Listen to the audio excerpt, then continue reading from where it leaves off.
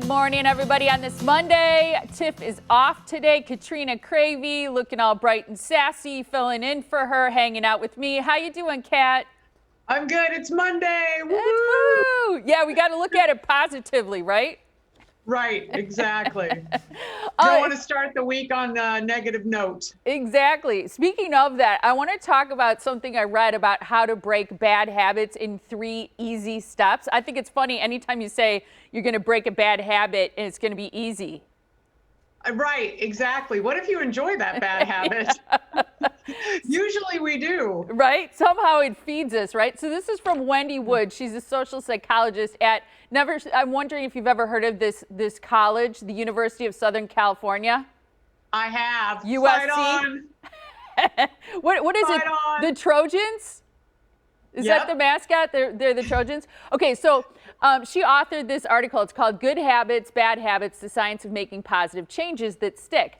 The first one, she says, is to ease up, because she said if something's too difficult, you just won't do it. She said depending on your goal, you have to fill your pantry, let's say, with healthy snacks if you're trying to lose weight. You got to turn off your social media. You got to sign up for a gym that's close to your office or school. It's all about making it easy. So if you want to change something, do yourself a favor and don't make it too difficult. That makes sense, don't you think? That makes perfect sense. That makes perfect sense. And I read this book called The Power of Habit, and he was saying that we do things at different times. Like I may come over to your desk, and if you have like cookies or candy there, I'm just like conditioned to take that, right?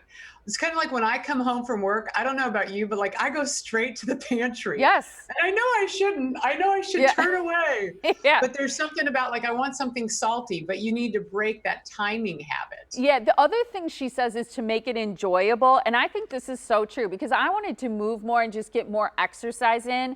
But I was doing a lot of things that I honestly didn't really like, and things that were maybe just a little bit too challenging for me. So once I started doing a hot power yoga, I loved it. And then it made it easy for me to want to go to class and do it. And I'm not saying that's the answer for everybody, but I think if you make something enjoyable, like the advice here was get a great smoothie after you go for a morning run, or it could mean that you watch trash TV while you're on the treadmill or something, but make it do something that's fun and you enjoy it. Then you can make it part of your routine.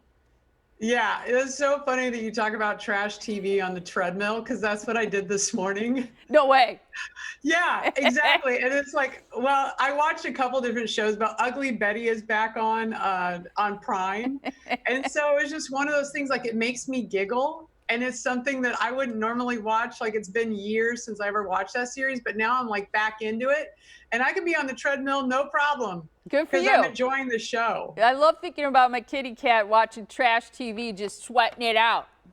Go, go, go. My okay. little 2-pound weights in my hand. Oh, do you do that too? Good for you. Yeah.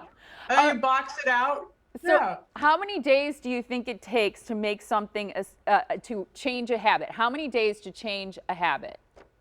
I have heard it's 21 days, but then I've heard other scientists say that's not correct. It's longer than that. I don't know. I'm going to guess, I'll go with 40. Okay, good guess.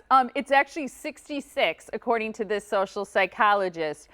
She said, but the thing I love is she gives you a little bit of grace, because she's like, hey, if you miss a day, don't panic. Just get back to your good habit as soon as you can. I think that's the thing that derails us, is we want it, we have this intention, we have something positive we want to bring into our life or something negative we want to take out of it. Then we step off one day or one time, and then we're like, oh, I blew it. Yeah, I'm no longer there. I miss my streak, right, on our apps or whatever. It is about just getting right back on it. And I will believe her, since she went to USC. That Way to support your own. I'm going to say that is steeped in science, and I'm all with her. Oh, go alumni. Okay, so it's our sound off question today. We're asking you, what's your best tip to break a bad habit? Is there any bad habit you feel comfortable sharing, or a good habit you brought into your life? The one thing okay, so I tend to sit too long, and I got a new watch, for Christmas last year, the Apple iWatch, and I will listen to the watch, like, tell me stand up. So that is I'm just a slave to the watch now. And I will do what it says, right? Because they say sitting is the new smoking.